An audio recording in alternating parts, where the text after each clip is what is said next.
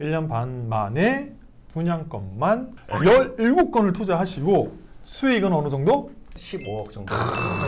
오해하시는 게 1주택자 또는 다주택자는 청약을 넣을 수 없고 그치. 당첨이 될 수 없다라고 그쵸. 생각을 하시는데 그렇잖아요. 근데 비조정 지역은 가능합니다. 틈새 시장을 잘 파고들면은 이게 무주택자가 아닌 경우에도 뭐 해당이 되는 경우가 있거든요. 그렇죠. 뭐 분양을 2억 2천에 받고 그리고 이제 지지난달에 2억 7천만 원의 전세를 세팅했어요. 와. 한마디로 이제 플러스 피 투자인 거죠.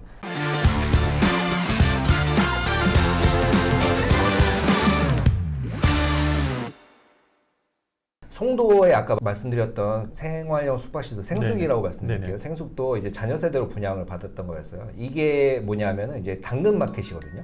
당근마켓에 분양 대행사가 하도 분양이 안 되니까 미분양이 나니까 이렇게 분양 공고를 올렸던 거였어요. 초기에는 사실 단기 투자로 들어갔던 부분인데 미분양이 나니까 어쩔 수 없이 이제 장기 투자로 이어가게 되었는데 지금 현재는 이제 프리미엄이 많이 붙어 있는 상황이에요. 송도를 기점으로 해서 인천의 지금 시장이 아까 보셨다시피 굉장히 뜨겁잖아요. 그렇죠. 그로 인해서 이제 송도에 있는 이 생활형 숙박시설도 뭐 현재는 세후 1억 정도 이렇게 프리미엄이 붙어 있는 상황이고 여기는 사실 계약금이 뭐 6천만 원대로 조금 많이 들어간 편이긴 하지만 지금 주택에 대한 규제를 하도 정부에서 많이 하다 보니까 생숙이라든지 민간임대라든지 오피스텔이라든지 이런 비주택 상품으로 어떻게 보면 그 풍성효과가 나타나는 것 같습니다. 맞습니다, 맞습니다. 그리고 이제 안산에 있는 이제 시와호 생활 숙박 시설도 이제 6개월 정도 만에 세후 1억 정도 두 개 호실을 계약을 해서 지금 아직 매도를 하지 않았지만 예상 수익이 그 정도 이제 발생을 했습니다. 사실 여기는 깜깜이 분양이었어요. 깜깜이 분양은 몇 동 몇 호를 하고 싶어요 라고 사전 의향서라는 거를 받아서 일부러 분양사에서 미분양을 만들어요. 그리고 이제 사전에 의향서를 썼던 고객들에게 그 원하는 동호수를 매칭을 시켜주는 거죠. 여러 가지 경우가 있는데 우리가 굳이 홍보를 하지 않아도 여기는 완판될 지역이다 라고 생각하면 깜깜이 분양을 할 수도 있고 두 번째로는 이제 내가 일부러 특정 고객층을 대상으로 분양을 해서 그 사람들에게 매칭을 시켜주고 싶다. 그런 경우에는 이렇게 깜깜이 분양을 하기도 합니다. 그래서 뭐 이제 생숙도 이제 다주택자분들이 세금이라든지 대출의 규제 뭐 이런 것들을 벗어나기 위해서 어떤 풍선 효과로 인해서 많이 프리미엄이 상승되어 있는 상황인데 그럼 무조건 생숙이 다 프리미엄이 붙냐? 분양가, 브랜드, 뭐 입지, 그리고 교통 호재 뭐 이런 것들을 종합적으로 판단을 하셔야 될 것 같고 보시다시피 이제 거의 뭐 아파트하고 비슷한 구조라고 할 수 있고 여기는 어디인 거예요?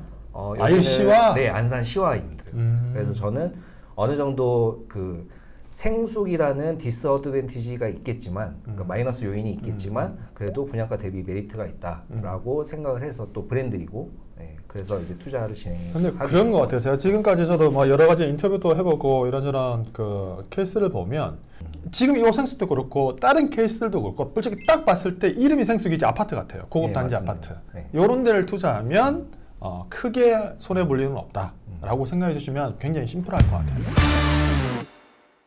이제 보류지라는 거를 제가 투자를 했는데 재건축 조합에서 이제 조합 보유분으로 비상금으로 이제 그렇죠. 1% 정도를 이제 남겨놔요. 이제 그 부분에 대해서 나중에 경쟁 입찰을 해서 그 법인이라든지 개인이 가져갈 수 있게 되는데 저는 사실 단기 매도를 목표로 이 보류지에 접근을 했던 거였기 때문에 최저가에서 조금 넘는 금액으로 낙찰을 받고 저는 이제 두 개 물건에 입찰을 했거든요. 하나는 정말 시세에 대비해서 어느 정도 메리트가 있고 낙찰이 될 것 같은 금액. 하나는 정말 아무도 안 들어와서 흐를 것 같은 그런 물건. 다행히 흐르는 물건에 이제 낙찰을 거의 최저가 수준으로 받아서 바로 열흘 만에 매도를 했습니다. 보류지 자녀 세대 이런 것들은 그 당첨이 됐더라도 그 규제를 받지 않는 거. 네, 맞습니다. 뭐 최근에는 뭐 아닌 경우 뭐 자녀 세대를 당첨받으면 뭐 재당첨 제한에 걸리는 그런 경우도 있기는 하지만 대부분의 경우에는 이제 그런 제약 조건이 없어요. 그래서 이런 제가 드리고 싶은 말씀은 각자 상황에서 최선의 그 솔루션을 스스로 모색을 하셔야 될 것 같아요. 그래서 저도 한 말씀 드리면은 대세 상승장이 아니더라도 일단 돈을 벌 수 있다는 포인트가 굉장히 중요한 것 같고 이런 게 있다는 것조차 모르시는 분들이 되게 많지 않냐. 그게 더 포인트인 것 같아요. 보류지를 어디서 이제 정보를 얻는지는 클린업 서울이라고 정비 사업, 정비 몽땅으로 이제 이름이 바뀌었는데 이제 여기에 들어가시면 이제 서울에 있는 보류지 에 대해서 이제 정보를 얻을 수 있고 각 지자체별로 이제 또 사이트들이 다 나와 있어요. 찾아보시게 되면 또 근데 이제 이거를 항상 이렇게 업데이트해서 보기가 사실 쉽지 않기 때문에 그렇죠. 뭐 네이버 카페라든지 부동산 카톡방 뭐 이런 데서 뭐 이제 이런 식으로 키워드 알림을 걸어놓는 거예요. 뭐 보류지라든지 선착순이라든지 줍줍 뭐 이런 식으로 자녀 세대 이런 식으로 키워드 알림을 걸어놓으면은 어떤 그에 대한 정보가 뜰 때 이제 바로바로 알림을 받을 수 있겠죠. 좋습니다. 그리고 이제 비주택 상품 중에 마지막으로 오피스텔하고 이제 민간 임대 같은 경우도 있는데 여기 뉴스에 나온 표를 보시면은 뭐 경기도뿐만 아니라 전국적으로 이제 굉장히 많은 분들이 청약을 하셨고 또 이 임차권 웃돈이라고 하는 게 이제 프리미엄이거든요. 네, 프리미엄이 이제 저만큼 형성되다 보니까 뉴스 기사에서도 항상 이제 때리는 거죠. 왜 이렇게 그 사람들이 투기 수준으로 변질이 됐느냐. 이 우리가 정부의 정책에 대해서 비판할 건 하되 본인이 수익을 가져갈 수 있는 부분을 또 열심히 연구를 해서 하면은 좋지 않을까라고 생각을 하고 있습니다. 맞습니다. 제가 이렇게 많은 물건을 경험을 하면서 매도를 할 때 어떤 팁이 될 수 있는 부분을 좀 말씀을 드리고 싶은데 사실 이런 상품은 아까 말씀드렸다시피 부동산 외적인 그런 요인이 좀 많이 작용하는 편이에요. 그래서 프리미엄이 왔다 갔다 하기도 하고 프리미엄이 샀을 때보다 더 올라가게 되면 매도자가 매수자에게 나중에 명의 변경 때, 그러니까 명의 변경은 이제 쉽게 얘기하면 잔금이에요. 잔금 때 출발비라든지 출발비는 뭐예요? 그러니까 예를 들어서 1,000만 원짜리가 2,000만 원이 됐다. 그러면 나는 1,000만 원을 계약했던 거 이거 도장 못 찍어주겠다. 명의 변경 도장을 못 찍어주겠다. 그러면 양아치지 그거. 양아치죠. 양아치지. 양아치인데 사실 이런 일이 비일비재해요. 제가 말씀드리고 싶은 거는 어느 정도 욕심 조절을 잘 하셔야 된다. 내가 목표했던 프리미엄이 있으면은 그 정도에 도달했으면은 어느 정도 욕심을 버리고 내 물건을 매수하는 사람, 그 매수자의 포지션도 고려해서 내가 이만큼 이제 수익을 어느 정도 봤어. 그렇죠. 됐어. 다음 사람에게도 좀 남겨줄 수 있겠어. 뭐 이런 마음가짐으로 좀 여유롭게. 그렇죠, 그렇죠. 이렇게 좀 원만하게 해결을 하는 방향은 이제 선호하는 편이에요.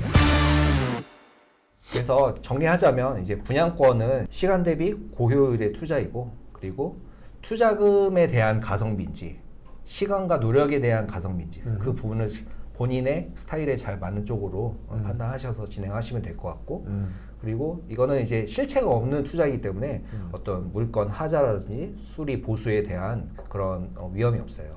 확률성도 굉장히 좋고 그리고 무엇보다 아파트를 원가에 취득할 수 있는 방법이기 때문에 좋은 투자 수단이고 제가 투자한 자금은 사실 뭐 이런저런 레버리지를 굉장히 많이 끌어다 썼습니다. 네, 원가의 아파트 취득이라고 하니까 이거 부동산의 도매 시장이지 않나라는 생각이 예, 맞습니다. 좋습니다. 제가 공부를 했던 방법은 일단 수업을 듣는 것도 있지만 이제 스스로 이제 가치 판단을 할 수 있는 그런 노하우를 찾으려고 많이 노력을 했고요. 네네. 뭐 청약홈 LH 청약센터는 이제 수시로 자주 들어가 보셔야 되고 이제 부동산 진이라든지 뭐 고객노노 아실이라든지 이런 프로테크 사이트도 좀 친해져야 돼요. 아까 말씀드렸던 KB 시세도 이제 매주 확인을 해야 되고 사실 초보 불인이 분들이 어디서부터 공부를 해야 될까 쉽지 않잖아요. 제가 잠시 사이트를 보여드리면은 뭐 청약홈에 이제 보시면은 아파트 분양 정보가 있습니다. 여기 가시면 모집 공고문도 있고 이렇게 공식 홈페이지를 이제 쉽게 찾으실 수 있어요. 어떤 입지 환경을 가지고 있고 어떤 프리미엄을 가지고 있습니다. 우리 아파트는 이게 장점입니다. 라고 이제 이렇게 홍보를 하는 거예요. 집중적으로 보시다 보면은 어느 정도 이제 분양가와 더불어서 이 지역은 어느 정도 분양가면 적당하다. 이런 데이터베이스가 쌓이게 돼요. 그 부분을 말씀을 드리고 싶습니다. 네. 역시 그냥 들으면서 그런 생각이 들어요. 역시 알고 모르고의 차이다. 역시 노력을 하면 그 속에서는 기회가 굉장히 많구나. 그리고 분양가 같은 경우에는 이게 저도 처음에 여러분들과 똑같이 편견과 오해가 되게 많았어요. 1주택자는 할 수 없고 한 번 당첨되면 안 되고 여러 가지 대출도 안 되고 조건이 심하겠지라고 생각했는데 저 역시도 자세히 한번 그 속을 들여다보니까 정말 전매도 되고 단기 수익으로도 큰 수익을 낼 수 있는 시장이라는 것에 대해서 정말 많이 배우고 있어요. 예, 오늘 뭐 거의 수업 같은 고수의 장법이었는데요. 간단히 정리를 해드리면 첫 번째 비조정지역 투자 관련해서는 여러분들 조정지역과 비조정지역의 조건이 생각보다 다르다. 내가 설령 당첨이 됐다고 하더라도 할 수 있는 조건들이 많이 있으니까, 그리고 세금적인 부분들, 그리고 대출 부분들 여러 가지 다른 것들이 있으니까 공부해서 찾아보면 되게 기회가 많다라고 말씀해 주셨고, 지방 물건 투자할 때는 단순히 지방 물건이라고 해서 좋은 건 아니고 생각보다 손품을 팔아보면 주변 아파트 시세라든지 개발 계획 등을 보고 투자를 하면 잃지 않는 투자, 충분히 지방이지만 단타라도 수익을 낼 수 있는 물건이 많다라고 말씀해 주셨습니다. 그리고 아까 또 한 가지 마지막으로 했던 건 보류지 투자라든지 자녀 세대 미분양 투자 같은 경우에는 이게 조건에 따라서 미분양이 된 거기 때문에 주택을 가지고 있고 당첨이 됐다고 해서 안 되는 건 아니다. 그건 역시도 관심을 가지고 그 속을 쳐다보다 보면은 그 속에서는 또 다른 기회가 있다고 말씀해 주셨습니다. 여러분들 느끼셨는지 모르겠지만 결국에는 80%는 책상에 앉아서 내가 집에서 편안히 할 수 있는 거였어요. 근데 그 정도 공부, 그리고 아실이라든지 여러 가지 사이트를 통해서 시세 흐름 파악을 하는 정도의 노력은 하셔야 해요. 맞습니다. 부동산이 여러분들 노력 대비 수익이 큰 거지 노력을 하지 않는다고 해서 수익이 나는 건 아닙니다. 그 정도 노력만 하시면 우리 빌리지님처럼 1년 반 만에 이렇게 아주 훌륭한 결과를 낼 수 있으니까 여러분들 한번 빌리지님이 말씀하신 거 한번 잘 따라해 보시면 좋을 것 같아요. 네, 저 같은 경우에는 시간이 없는 자영업자였기 때문에 어느 정도 이제 손품을 좀 더 위주로 준비를 했던 것이고, 마찬가지로 직장인 분들이라든지 뭐 전업주 분들도 이제 시간적인 제약이 있으시다 하면은 집에서 이렇게 열심히 손품이라든지 정보를 검색을 해보시면은 더 좋은 투자 방법과 투자처들이 발견할 수 있지 않을까, 그렇게 생각을 합니다. 지금까지 같이 해주신 빌리지님 감사드리고요. 저희 다음 주에 좀 더 유익하고 즐거운 모습으로 찾아뵐 수 있도록 하겠습니다. 저희 지금까지 고수의 장바구니였습니다. 감사합니다.